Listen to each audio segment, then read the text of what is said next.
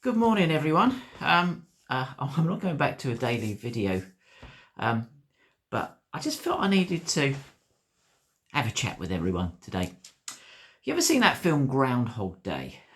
It's never explained why, but the main character wakes up for the same day, time and time and time and time and time again. And I don't know about you, but it feels a bit like Groundhog Day at the moment.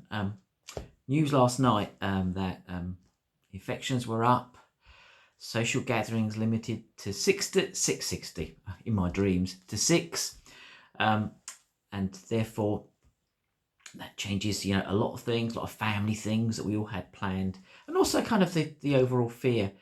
And then just to make it all a bit worse, there was the news this morning that there's been a brief pause in the vaccine trials.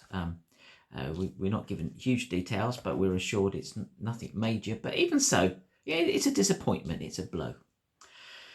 And in my time of prayer, my mind went back to this verse in Psalm 146, and it keeps going back to this. In fact, I think probably in a couple of weeks I'll preach on this. Do not put your trust in princes, in human beings who cannot save. When their spirits depart, they return to the ground. On that very day, their plans come to nothing. Blessed are those whose help is the God of Jacob, whose hope is the Lord their God.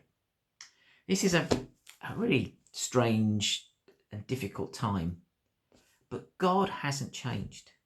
And I think what challenges me is that I mustn't put my trust in AstraZeneca or political leaders who might be able to help us, but it's the Lord who will take us through. And as I keep saying, we are in the final chapter of his story. We are waiting at the Lord's return. We know where it's heading, but this is a kind of rough part of the story that we're in, that we're all sharing. But God hasn't changed. So I just want to really encourage you today, put your hope in God and keep going. Now, I want to do a couple of prayers. I use this book. It's called Great Souls of Prayer. And it's a beautiful book. It's a compendium of prayers that some go right back to, this one, 1869, but some go right back to sort of 869. And here's a couple of quite ancient prayers from the 19th century, but they've really helped me today. I'll try and update the language as I go along. Good Lord, who alone orders all things well, I cast myself wholly upon thine infinite mercy. I trust thee with all myself, and all whom I love, and all which I desire. My present and my future, my hopes and my fears, my times and my eternity, my joys and my sorrows. Deal with me as thou wilt. And knowest best, only bind me safe to thine eternal love. Amen.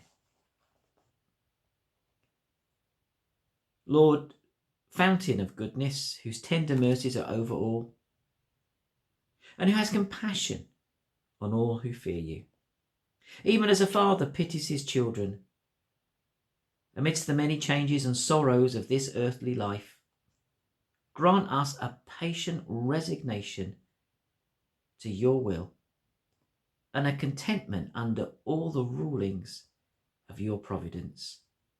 Amen. That second prayer is particularly pertinent, and I'll make that available. I'll type that and put it in. If you're watching this on YouTube, it'll be underneath or in the message that I've sent you. Keep going. Hold on. Put not your trust in princes. Blessed are those whose hope is in the Lord. And remember the direction that the Lord has taken us in. It's summed up in that word connect. Connect with him. Connect with one another. And I would really encourage you to get connected with a house group who will meet in any way they can and keep people connected. We need to do that. And connect to our community. Journey with people. Come alongside them as Jesus did the disciples on the road to Emmaus. Bless you. Have a good day.